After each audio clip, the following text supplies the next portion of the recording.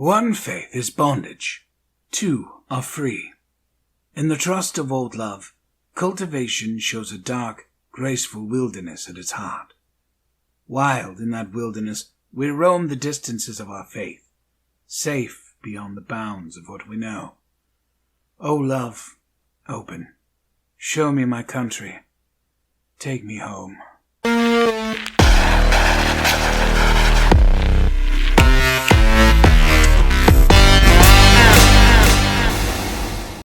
Good evening, listeners.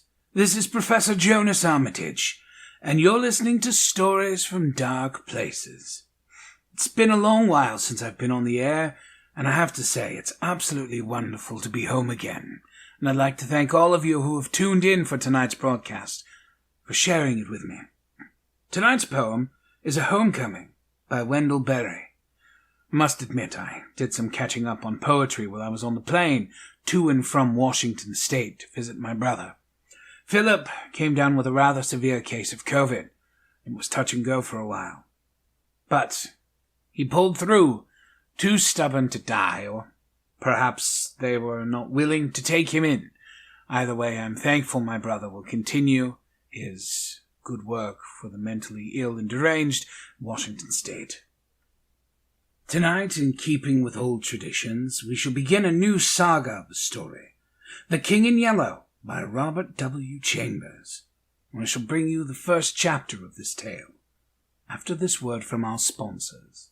Are you itching for a good story, laughter among friends, maybe a mystery? Fire Breathing Kittens is a standalone Dungeons & Dragons podcast. Each episode is a separate 3-hour-long story, like a movie for your ears. You can listen to these adventures in any order. Join us on an actual play D&D quest as we solve mysteries, attempt comedic banter, and enjoy friendship. Fire Breathing Kittens Podcast. Fantasy, action, mystery, and friendship. Part 1. Toward the end of the year 1920, the government of the United States had practically completed the program adopted during the last months of President Winthrop's administration. The country was apparently tranquil. Everybody knows how the tariff and labor questions were settled. The war with Germany, incident of that country's seizure of the Samoan Islands, had left no visible scar upon the Republic, and the temporary occupation of Norfolk by the invading army had been forgotten in the joy over repeated naval victories, and the subsequent ridiculous plight of General von Gartenlaub's forces in the state of New Jersey. The Cuban and Hawaiian investments had paid 100%, and the territory of Samoa was well worth its cost as a coaling station. The country was in a superb state of defense. Every coast city had been well supplied with land fortifications. The army, under the parental eye of the general staff, organized according to the Prussian system, had been increased to 300,000 men, with a territorial reserve of 1,000,000, and 6 magnificent squadrons of cruisers and battleships patrolled the 6 stations of the navigable seas, leaving a steam reserve amply fitted to control home waters. The gentleman from the West had at last been constrained to acknowledge that a college for the training of diplomats was as necessary as law schools are for the training of barristers. Consequently, we were no longer represented abroad by incompetent patriots. The nation was prosperous. Chicago, for a moment paralyzed after a second great fire, had risen from its ruins, white and imperial, and more beautiful than the white city which had been built for its plaything in 1893. Everywhere good architecture was replacing bad, and even in New York a sudden craving for decency had swept away a great portion of the existing horrors. Streets had been widened, properly paved and lighted. Trees had been planted, squares laid out, elevated structures demolished, and underground roads built to replace them. The new government buildings and barracks were fine bits of architecture, and the long system of stone quays which completely surrounded the island had been turned into parks, which proved a godsend to the population. The subsidizing of the State Theater and State Opera brought its own reward. The United States National Academy of Design was much like European institutions of the same kind. Nobody envied the Secretary of Fine Arts, either his cabinet position or his portfolio. The Secretary of Forestry and Game Preservation had much easier time, thanks to the new system of national mounted police. We had profited well by the latest treaties with France and England. The exclusion of foreign-born Jews as a measure of self-preservation, the settlement of the new independent Negro states of Swanee, the checking of immigration, the new laws concerning naturalization, and the gradual centralization of power in the executive all contributed to national calm and prosperity. When the government solved the Indian problem and squadrons of Indian cavalry scouts in native costumes were substituted for the pitiable organizations tacked onto the tail of skeletonized regiments by a former Secretary of War, the nation drew a long sigh of relief. When after the colossal Congress of Religions, bigotry and intolerance were laid in their graves and kindness and charity began to draw warring sects together, many thought the millennium had arrived, at least in the New World, which, after all, is a world by itself. But preservation is the first law, and the United States had to look on in helpless sorrow as Germany, Italy, Spain, and Belgium writhed in the throes of anarchy, while Russia, watching from the Caucasus, stooped and bound them one by one. In the city of New York, the summer of 1899 was signalized by the dismantling of the elevated railroads. The summer of 1900 will live in the memories of New York people for many a cycle. The Dodge statue was removed in that year. The following winter began the agitation for the repeal of the laws prohibiting suicide, which bore its final fruit in the month of April 1920, when the first government lethal chambers were opened on Washington Square.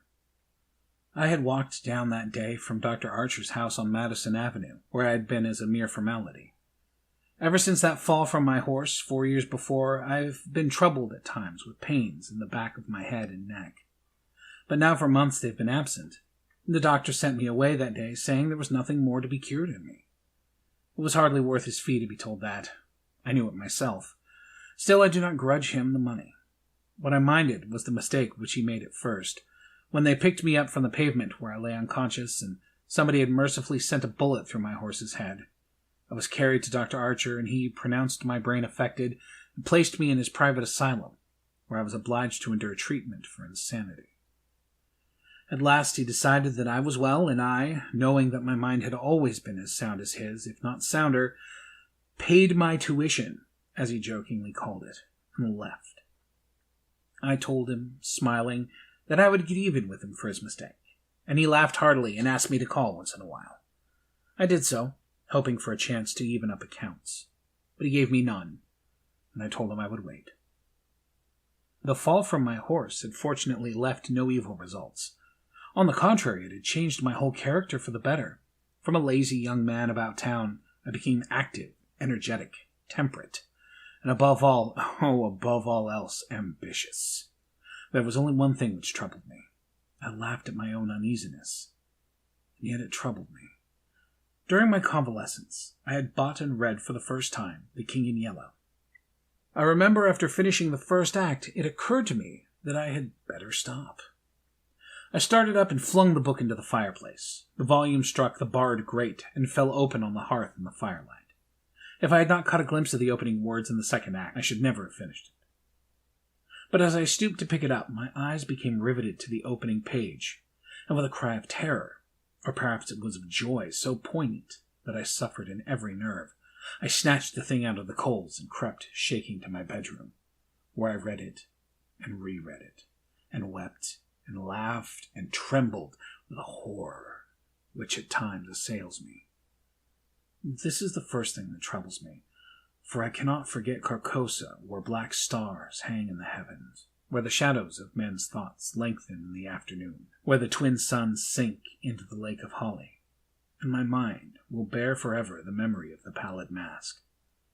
I pray God will curse the writer, as the writer has cursed the world of this beautiful, stupendous creation, terrible in its simplicity, irresistible in its truth, a world which now trembles before the King in Yellow.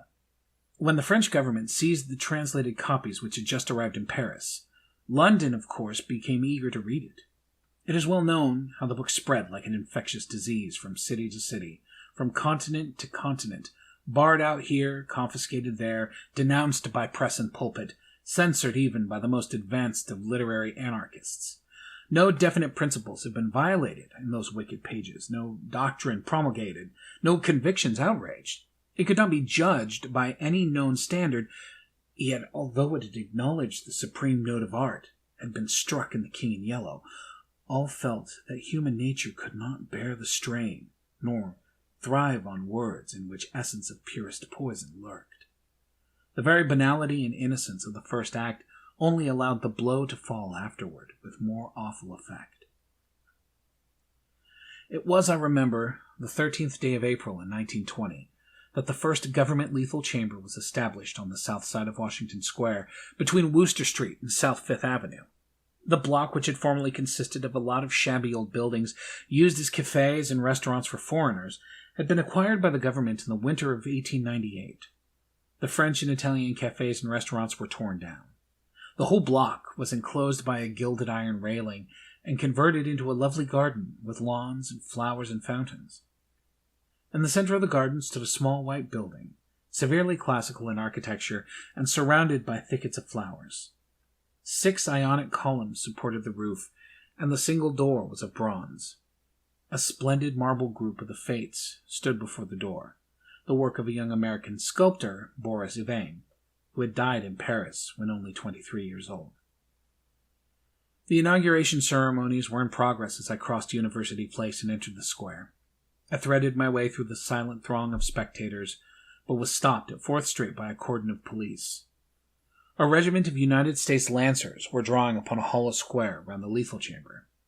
On a raised tribune facing Washington Park stood the governor of New York, and behind him were grouped the mayor of New York and Brooklyn, the inspector general of police, the commandant of the state troops, Corporal Livingston, military aide to the President of the United States, General Blount, commanding at Governor's Island, Major General Hamilton, commanding the garrison of New York and Brooklyn, Admiral Buffby of the Fleet of the North River, Surgeon General Lansford, the staff of the National Free Hospitals, Senators Weiss and Franklin of New York, and the Commissioner of Public Works. The tribune was surrounded by a squadron of hussars of the National Guard. The governor was finishing his reply to the short speech of the Surgeon General. I heard him say, "The laws prohibiting suicide and providing punishment for any attempt at self-destruction have been repealed. The government has seen fit to acknowledge the right of man to end an existence which may have been intolerable to him, through physical suffering or mental despair. It is believed that the community will be benefited by the removal of such people from their midst. Since the passage of this law, the number of suicides in the United States has not increased. Now the government is determined to establish a lethal chamber in every city, town, and village in the country.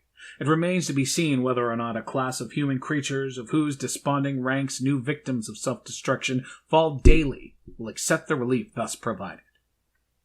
He paused and turned to the white lethal chamber. The silence in the street was absolute. "There a painless death awaits him who can no longer bear the sorrows of this life. If death is welcome, let him seek it there." Then, quickly turning to the military aide of the President's household, he said, "I declare the lethal chamber open." And again, facing the vast crowd, he cried in a clear voice, "Citizens of New York and of the United States of America, through me, the government declares the lethal chamber to be open." The solemn hush was broken by a sharp cry of command. The squadron of hussars filed after the governor's carriage. The lancers wheeled and formed along Fifth Avenue to wait for the commandant of the garrison, and the mounted police followed him.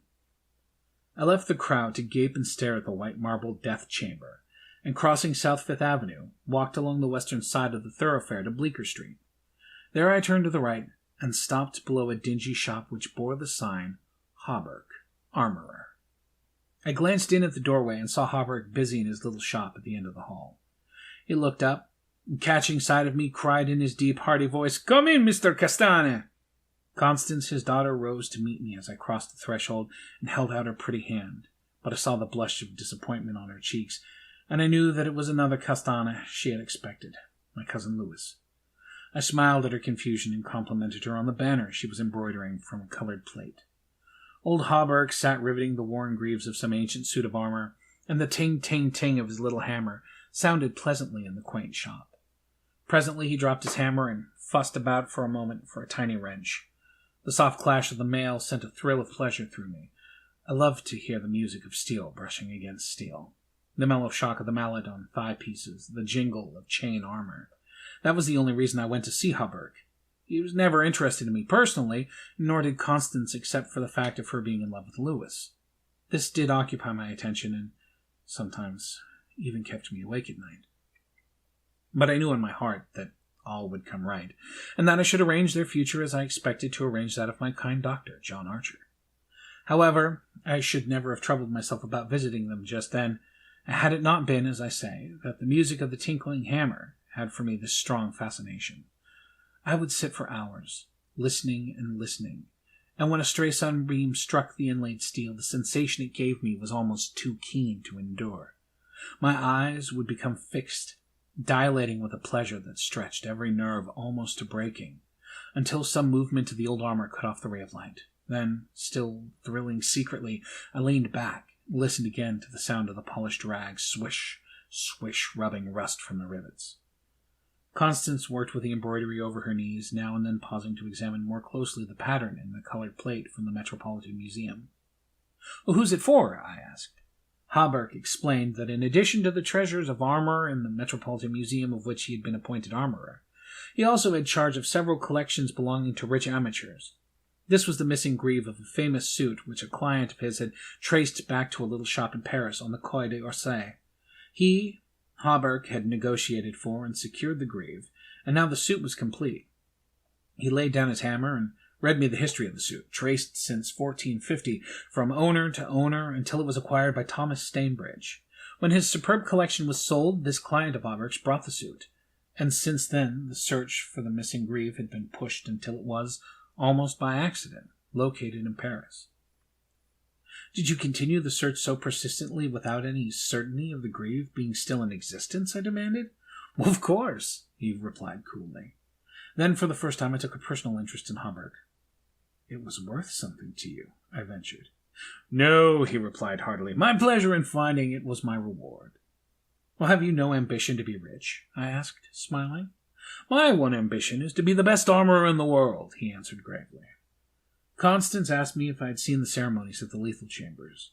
She herself had noticed cavalry passing up Broadway that morning, and had wished to see the inauguration, but her father wanted the banner finished, and she had stayed at his request. "Did you see your cousin, Mr. Castaigne, there?" she asked, with the slightest tremor of her soft eyelashes. "No," I replied carelessly. "Lewis's regiment is maneuvering out in Westchester County." I rose and picked up my hat and cane. "Are you going upstairs to see the lunatic again?" laughed old Hauberk. If Hauberk knew how I loathed the word lunatic, he would never use it in my presence. It rouses certain feelings within me which I do not care to explain. However, I answered him quietly, "I think I shall drop in and see Mr. Wilde for a moment or two."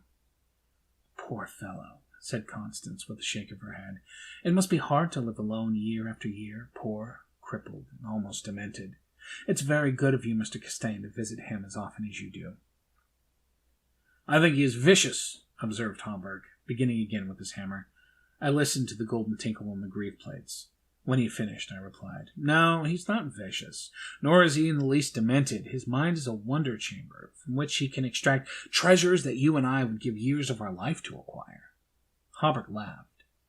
I continued a little impatiently. "He knows history as no one else could know it. Nothing, however trivial, escapes his search, and his memory is so absolute, so precise in detail, that were it known in New York that such a man existed, the people could not honor him enough." "Nonsense," muttered Hauberk, searching on the floor for a fallen rivet. "Is it nonsense?" I asked, managing to suppress what I felt. "Is it nonsense when he says that the tassets and cassards of the enameled suit of armor commonly known as the Prince's Emblazoned can be found among a mass of rusty theatrical properties, broken stoves, and ragpickers' refuse in a garret in Pell Street?" Hauberk's hammer fell to the ground, but he picked it up and asked, with a great deal of calm, how I knew that the tassets and left cassard were missing from the Prince's Emblazoned. "I did not know until Mr. Wilde mentioned it to me the other day. He said they were in the garret of 998 Pell Street." "Nonsense!" he cried, but I noticed his hand tremble under his leather apron. "Is this nonsense too?" I asked pleasantly. "Is it nonsense when Mr. Wilde continually speaks of you as the Marquis of Avonshire, and of Miss Constance?" I did not finish, but Constance was started to her feet with terror written on every feature. Hauberk looked at me slowly and smoothed his leather apron. "That is impossible," he observed. "Mr. Wilde may know a great many things about armor, for instance, and the Prince's Emblazoned," I interposed, smiling. "Yes," he continued slowly. "About armor also, maybe, But he is wrong in regard to the Marquis of Avonshire, who, as you know, killed his wife's traducer years ago and went to Australia, where he did not long survive his wife. Mr. Wilde is wrong, murmured Constance. Her lips were blanched, but her voice was sweet and calm. Let us agree, if you please, that in this one circumstance, Mr. Wilde is wrong, I said. Soul crystal's not pure enough? Spirit writing journal's too smeared? Holy water looking murky? Then come to Verboten, Knickknacks, and Collectibles, home of the largest collection of arcane artifacts, cursed objects, and unearthly articles since the Pines Cryptid Museum disappeared with the rest of Ashley, Kansas. Hi, this is Kai the Intern. I wanted to tell you that Verboten, Knickknacks, and Collectibles has everything you could ever want. Whether you're a disciple of the Mad Arab himself, or a curious teenager looking to summon your first shoggoth. I just bought a new corpse candle last week and it still looks new. You'd never know I'd summoned the dead twice this week already. Verboten, Knickknacks, and Collectibles, where the only thing you can't find is a bloated price tag.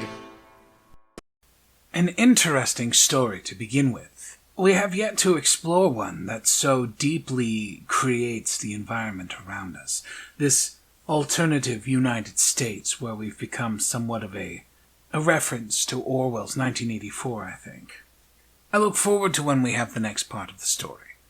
Next week. But for now, I think that's all for tonight. Thank you everyone for tuning in and joining me. I look forward to resuming our usual schedule and sharing more of The King in Yellow with you in the weeks to come. But that's all the time we have now. Join us next week for part 2 of this tale of a world gone mad. Good night, listeners. And please remember, when you see questionable things, ripples and distortions in the dark, hints of things which cannot by any right exist and yet somehow lurk before you, there's nothing to be afraid of.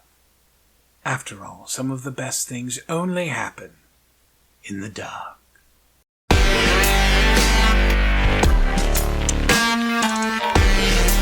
Stories from Dark Places was recorded before an imaginary studio audience.